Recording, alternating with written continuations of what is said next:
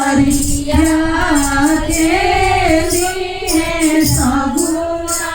हमार, अरे अपना महलिया से बोलले तारकेश्वर बाबा सुना कोइलर बचना हमार, अरे अपना महलिया से बोलले संतोष पापा सुना कोइलर बचना हमार, अरे हमारा ही घरे बाड़ी बेटी हो बरसा बेटी उनकारा हो खेला दिया,